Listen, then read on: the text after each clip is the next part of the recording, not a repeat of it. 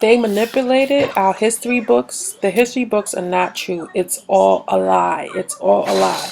According to author James W. Lowen, in his best-selling book Lies My Teacher Told Me, virtually none of the body of knowledge taught in schools is true.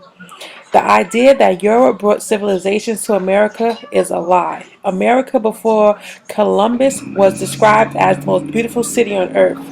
5 times the size of London or Rome, great towers and buildings rising from the waters, gleaming houses, spacious and well built, beautiful, beautiful town work, beautiful stonework streets and boulevards, clean and neat, floating gardens, merchant areas filled with timber and building materials, as well as green grocery streets. The Europeans were astonished by their personal cleanness and hygiene of the colorful dressed people and their use of soaps and, and sweeteners for their breath.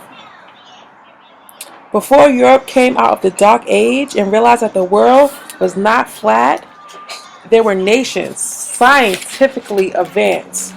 Ancient Americans that were black were one of the most advanced civilizations.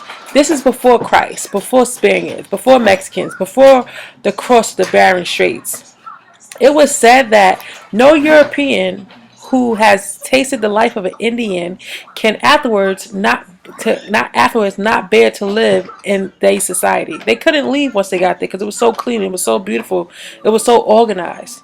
The original indigenous inhabitants were descendants of West Africans, South Americans, Olmecs, Egyptians, Asians, and Pacific Islanders, created a mixed cultural nation that thrived for years in peace. They were black, one of the largest and oldest nations in America. The Europeans originally referred to these people as the Red Man. The American Holocaust quotes, "The tribe of the first settlers have been deliberately changed because the truth was too shameful. They spent most of their days digging holes and instead of planting crops. Soon they were starving and digging up corpses of Indians to eat." These people were savages. The true history of blacks is a powerful story of global genocide and on a magnitude that is unbelievable. 100 million blacks and brown people were wiped off the global landscape and America's continent without trace.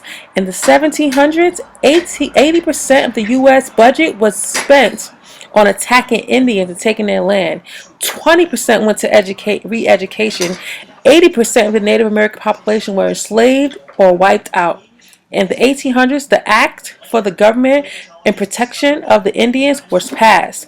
This allowed any white settlers to force any Indian found to be within means of without support to work for himself. Since Indians couldn't testify in court, any Indian could be seized as a slave under law. Many settlers didn't even bother with law and would purchase Indian children stolen. Fortunes were made off the sale of women and children. 1853, the U.S. Senate authorized a committee to renegotiate treaties with the Indians of California. They agreed to give away millions of acres in exchange for the U.S. government promise to protect the land, water, and game which they needed to survive. The tribes started moving to their new location to find that the Senate lied and found military posts where they would be put into a system of discipline and instruction. Towns offered bounties to hunters and cash for every Indian scout. Rewards ranged from $5 to 25 cents. Indigenous women were forced to wear the severed heads of their husbands and sons as necklaces for months. In 1870, the census only recorded 3,200. However, that did not take into account the blacks, natives who ran away, and other natives who ran away. The black Indians continued to fight until 1890s. The gold rush was the beginning of the end for the first people of the land. My people, you are already home. You cannot go back to where you are not from. Money was spent to re-educate you, to break you, to make you forget, make you not even want to speak about certain things. This is your land. You were civilized. You are kind. You know how to take care of the earth. This is your land. We must not continue to do what they want us to do and not work together, not be together. Don't believe the lies you were told from a book of a man who has conquered your people. You have to know that this is where you and your ancestors have lived, died, and fought. Now it's up to us to fight for what is ours. I don't think we'll ever be back to having the whole basically world to ourselves, but we need to find a place where we can unite, where we can work, where we can live, and where we could grow. We need to stick together.